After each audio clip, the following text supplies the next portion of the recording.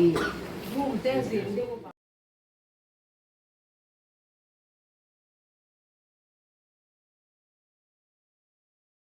ra liều chia rồi sam sum của này đi cần chia ra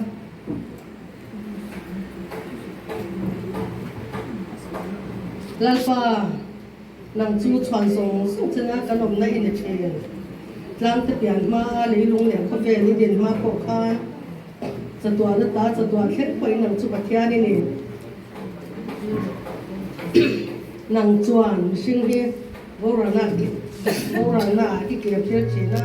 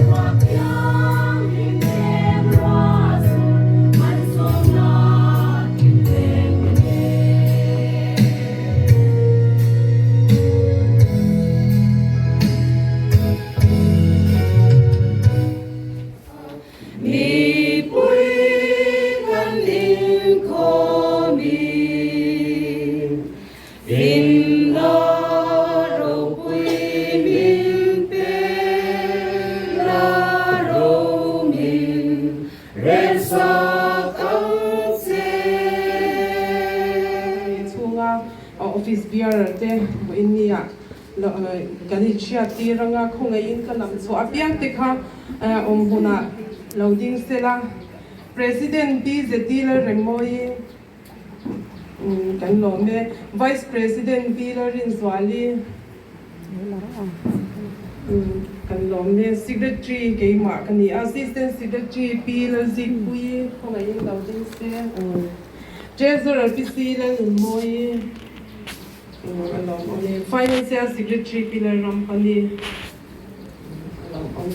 chuan branch committee member tikha initiative ve reng ina committee member bo India elai mun local zong song te khonga in kan thut na ilo ding te ang o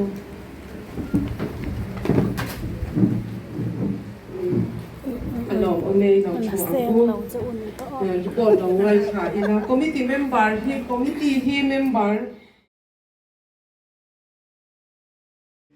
member song song te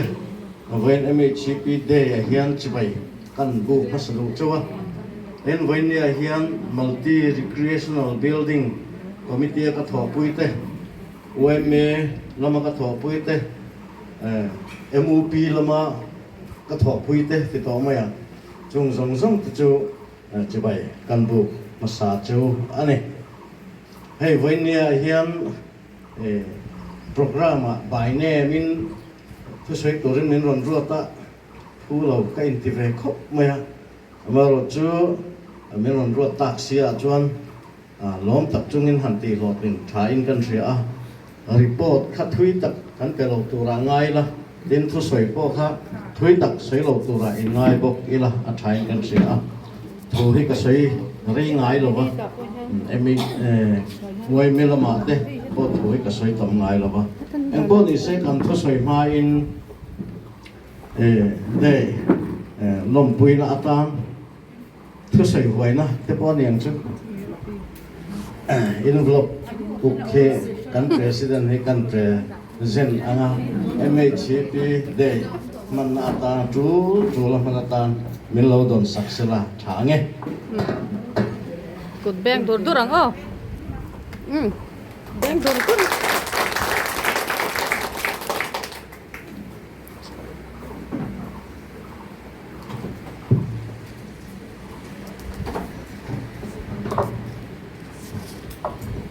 ole với ni lo mom taka hian ilma thu han soi to ra min lo ti ta ka chuan lo mom ka ti hle maya hemi multi recreational building hi engtin nge alo din chua ti lai hi a founder chairman kan zinga a uma pukelo romoya ania ani kai suai na hian engma chân chu kan han se theya MUP suai tu te committee khanin MUP te hian in kan mo le maya MUP te khom na atan te ten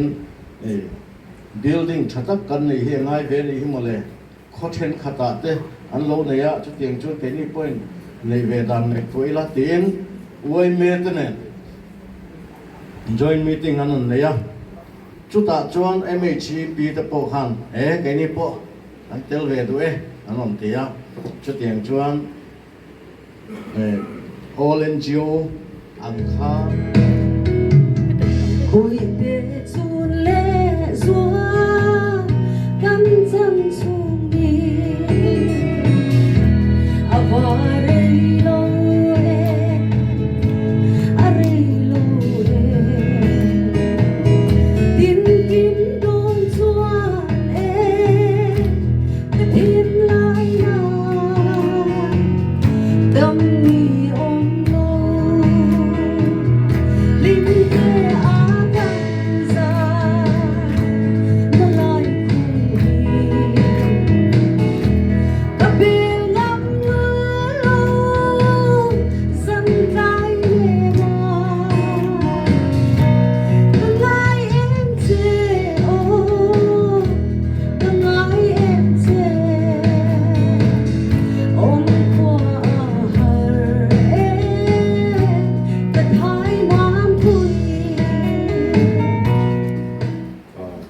te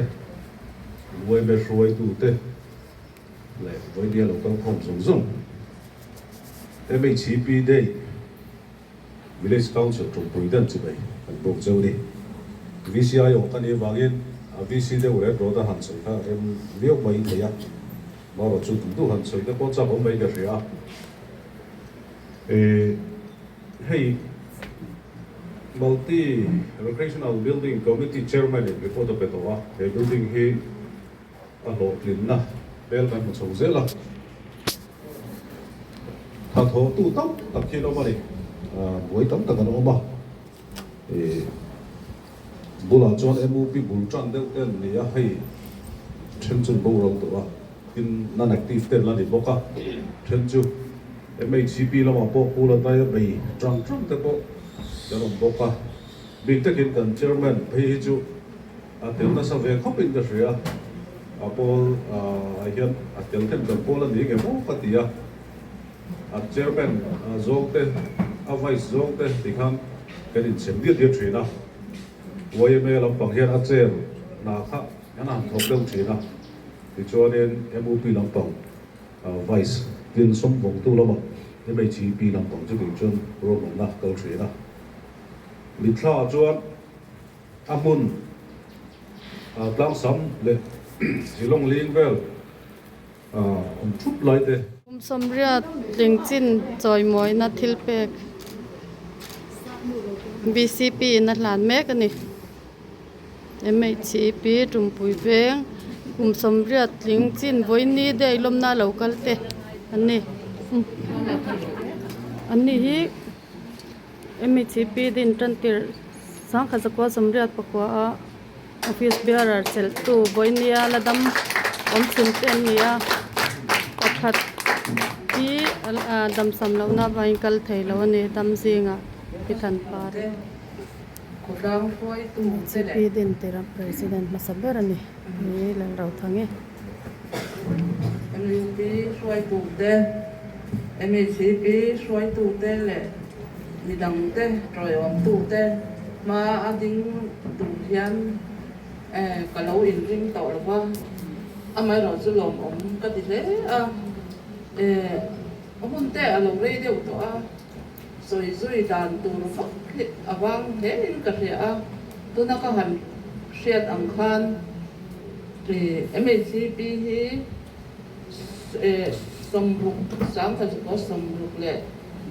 pasari ni in ka ria a kan din tran kong kha hey committee hi nilaw min han ko ve thina khati lai